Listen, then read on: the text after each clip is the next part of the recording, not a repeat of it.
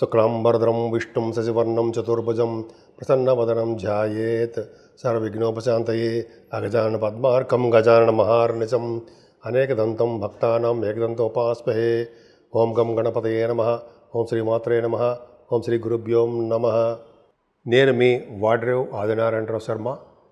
ఇప్పుడు మనం July 6th నుంచి 12th వరకు కూడా ఈ వారం రోజులు ప్లానెటరీ పొజిషన్స్ మనకి ఏమి ఇస్తారో, మనం ఎట్లా ఉండబోతున్నాం అనేది మనం తెలుసుకుందామండి.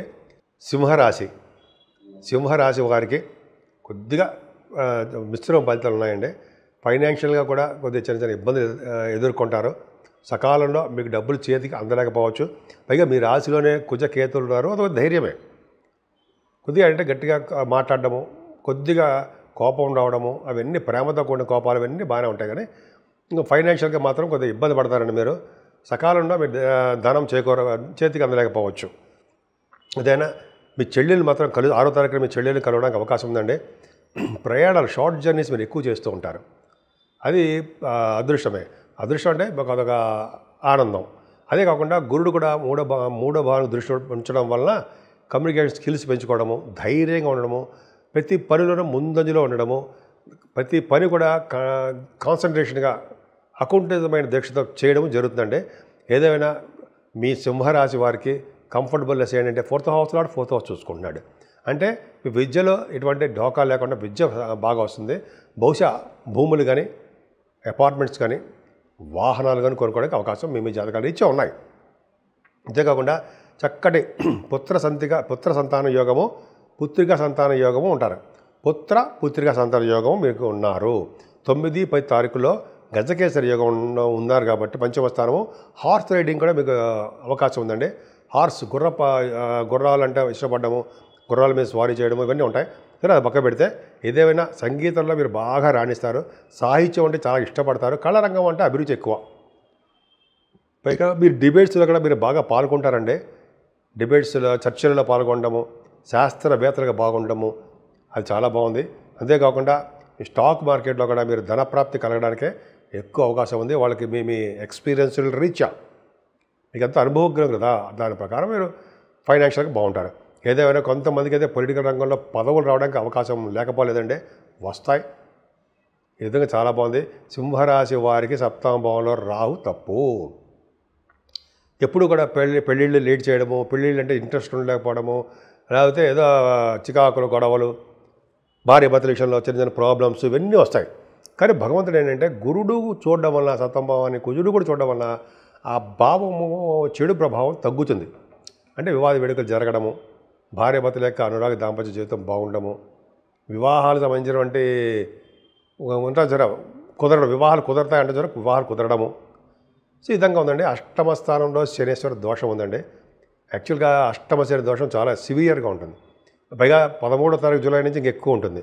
అక్కడ చెప్పుకుంటానండి నెక్స్ట్ వీక్లో. శనీశ్వరుడు వక్రగతి అప్పుడు ఉంటాడు.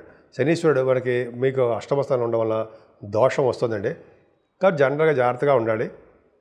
అంటే శనీశ్వరుడు వలన దోషం ఉండడం అంటే విపరీతంగా కొద్దిగా ఎక్కువ ఉంటుంది. అందుకని ఆయన స్వామికి తైలాభిషేకం చేసుకోవడం వల్ల, మందపల్లె స్వామివారి దర్శనం చేసుకోవడం వల్ల, మన ఊళ్ళోనే స్వామివారికి దర్శనం చేసుకోవడం వల్ల బాగుంటుంది. ఏదో 9th house లార్డ్ మీ రాశిలో ఉన్నాడు. ధనప్రాప్తి కలుగుతుంది. ముఖ్యంగా మీరు రియల్ ఎస్టేట్ రంగంలో బాగా భూములు ఇవి అమ్ముడుపోవడానికి అవకాశాలు ఎక్కువ ఉన్నాయి. అపార్ట్మెంట్స్ కానీ ఇవి మీకు బాగా కలిసి వచ్చే అంశం అని ఖచ్చితంగా చెప్పచ్చు. బహుశా విదేశాలకు వెళ్ళడానికి కూడా మీకు అవకాశాలు ఎక్కువ ఉన్నాయండి. ఏదేమైనా శుక్రుడు 10th house ఉన్నాడు కదా, 10th house ఉండడం వల్ల శుక్రుడు మీకు ఉద్యోగంలో ఎటువంటి ఇబ్బంది కలగకుండా బాగుంటుంది. ముఖ్యంగా గాయకులకు వాళ్ళకి, ముఖ్యంగా సినిమా రంగంలోనూ టెలివిజన్ రంగంలోనూ ఉండే యాక్టర్స్కి బాగుంటుంది. వాళ్ళకి చాలా అద్భుతంగా ఉంటుంది. ముఖ్యంగా మంచి మంచి బట్టలు, ఆభరణాలు, అందంగా ఉండడాలు, సుగంధ ద్రవ్యాలు ఇవన్నీ కూడా మీకు రావడానికి అవకాశాలు ఎక్కువ ఉన్నాయి. పైగా ప్రొఫెషనల్గా బాగా డెవలప్ అవుతారండి. ప్రైవేట్ రంగ ఆర్గనైజేషన్లో బాగా ఉద్యోగపరంగా బాగుంటారు. అలాగే లాభస్థానంలో రవిగురులు సామాన్యం కదండి. రవి లగ్నాపతి లాభంలో అంటే విశేషం ధన సంపాదన. అలాగే గురుడు ఉన్నాడంటే బాగా ధన ప్రాప్తి. అంటే మీరు కష్టపడ్డ డబ్బులన్నీ విపరీతంగా వస్తాయండి. మీరు అనుకున్న దానికంటే డబ్బులు మీ ఎక్కువ కనిపిస్తూ ఉంటాయి. అంటే అన్ఎక్స్పెక్టెడ్ మనీ. మీరు వ్యాపారంలో కానీ ఉద్యోగపరంగా కానీ మీరు డబ్బులు ఎక్కువ వస్తాయి. డబ్బులు ఎక్కడంటే మీకు ఉద్యోగాలు ఉంటే ప్రమోషన్స్ రావడమో, ఏరియర్స్ రావడమో ఇవి ఉంటాయి కదండి. పీఆర్పీ ఏదో అంటుంటాం కదా, అటువంటివన్నీ రావడానికే అవకాశాలు ఉంటాయి. ఏదైనా 12వ భావంలో బుధుడు, 2nd house lord, 11th house lord 12వ భావంలో ఉన్నాడు, ఫారిన్ వెళ్తారు. అలాగే ఎందుకంటే కర్కాటక రాశిలో బుధుడు ఉన్నాడంటే జనరల్గా ఫారిన్ వెళ్తారని, అంతేకాకుండా మీకు విష్ణుమూర్తి యొక్క ప్రభావం మీ మీద ఉంటుందని, బాగా టెంపుల్స్కి బాగా దర్శనాలు చేసుకుంటారని అని చెప్తారండి. సో బుధుడు కూడా 12వ భావంలో ఉండడం వల్ల మీ చక్కటి మీకు ధనప్రాప్తి ఉంది. దైవ దర్శనాలు ఎక్కువ జరుగుతాయి. రాహు కేతుల మధ్యలో ప్లానెట్స్ ఉండిపోయాయి కాబట్టి రాహు వలన అమ్మవారికి, కేతు వలన కుజుడికి, లేదా అమ్మవారికి మన సుబ్రహ్మణ్య స్వామికి, మళ్ళీ దేవసేన సుబ్రహ్మణ్య స్వామి వారికి పూజించడం వలన, గణపతి ఆరాధన చేసుకోవడం వలన రాహుకేతు వలన వచ్చే దోషాలు పరిహారం అవుతాయి. ఇప్పుడు మనం 12 రాశుల వారికి రెమెడీస్ ఏంటి, పరిహారాలు ఏంటి, ఏం చేస్తే మనకి బాగుంటుంది అని అందరికీ అనిపిస్తుంది కదా, నాకు కూడా అనిపిస్తుందండి. అప్పుడు మనం ఏం చేయవలసిన అవసరం లేదండి. ఎందుకంటే ముఖ్యంగా ఈ వారం రోజులు కూడా రాహు కేతుల మధ్యలో ప్లానెట్స్ అంటే గ్రహాలన్నీ ఉండిపోయాయి. ఎక్సెప్ట్ చంద్రుడు బయటకు వచ్చేస్తుంటాడు. ఉండిపోవడం వల్ల ఎప్పుడూ కూడా రాహు దగ్గర నుంచి సవ్యకాల సర్పదోషంలో ఉన్నాయి ప్లానెటరీ పొజిషన్స్ అంతా. అదే ముఖ్యంగా అమ్మవారి యొక్క దర్శనం చేసుకోవడము, అమ్మవారి యొక్క కళ్యాణాలు చేయించుకోవడము, అలాగే పౌర్ణమి పూట కానీ లేకపోతే అమావాస్య పూట కానీ చండీ హోమాలు అండి. చండీ హోమం చేయించుకుంటే అమ్మవారి యొక్క ఆశీస్సులు ఖచ్చితంగా ఉంటాయి. రాహు వల్ల వచ్చే దోషాలు పరిహారం అయి తీరుతాయి కూడా. అదొక పాయింట్. రెండో పాయింట్ ఏంటంటే కేతువు సింహరాశిలో కుజుడితో కలిసి ఉన్నాడు, సర్పదోషం. ముగ్గురు అలాగే ఉన్నారు. ముగ్గురు అంటే రాహువు, కేతువు, కుజుడు కూడా. ఇలా కుజకేతువులు సింహరాశిలో ఉన్న వాళ్ళకి అంటే మంచిదే, కానీ చిన్నపాటి దోషం కూడా. కాబట్టి మనం కేతువు కంట్రోల్కి రావాలంటే గణపతి ఆరాధన, నిత్యము గణపతి పూజించడం. కొంతమంది అయితే లక్ష్మీ గణపతి హోమం చేసుకుంటారు, అది పవర్. అయితే లక్ష్మీ గణపతిని పూజిస్తారు, అదొక అద్భుతం. అయితే గణపతిని ఆరాధన చేసుకుంటూ, పౌర్ణమి పూట ఆరాధన చేసుకుంటూ, మీ పేరున పూజలు చేసుకుంటూ ఉంటూ, స్వామివారికి గరికి సమర్పించుకుంటూ ఉంటే ఇంకా చెప్పాల్సిన పనే లేదండి. పైగా కుజుడు కూడా ప్రభావం మీకు ఉంది కాబట్టి సుబ్రహ్మణ్య స్వామి ఆరాధన కూడా చేసుకుంటూ ఉంటే అద్భుతమైన ఫలితాలు ఉంటాయి. ముఖ్యంగా శనీశ్వరుడి యొక్క దోషం కూడా మీ మీద ఉందండి, ఈ రాశి వారికి ఉంది. కాబట్టి శనీశ్వరుని ఎప్పుడు వదలకూడదు, తైలాభిషేకాలు చేసుకుంటూనే ఉండాలి.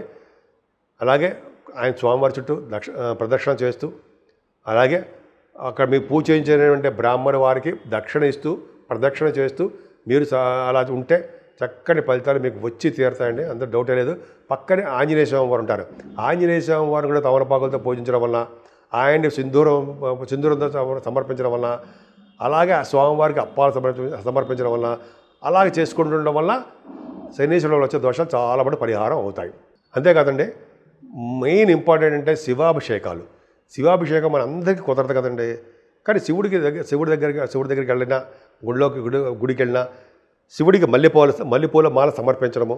అయితే మన ఇంట్లో అవకాశం ఉంటే మల్లెపూలతోటి స్వామివారికి పూజ చేసుకోవడము, తులసి దళాలతోటి, తులసి మాలను కూడా చేయించండి, తులసి దళాలతోటి, అలాగే మారేడు దళాలతోటి పూజ చేస్తే స్థిర లక్ష్మి మన ఇంట్లో ఉంటుంది అంటాం కదా.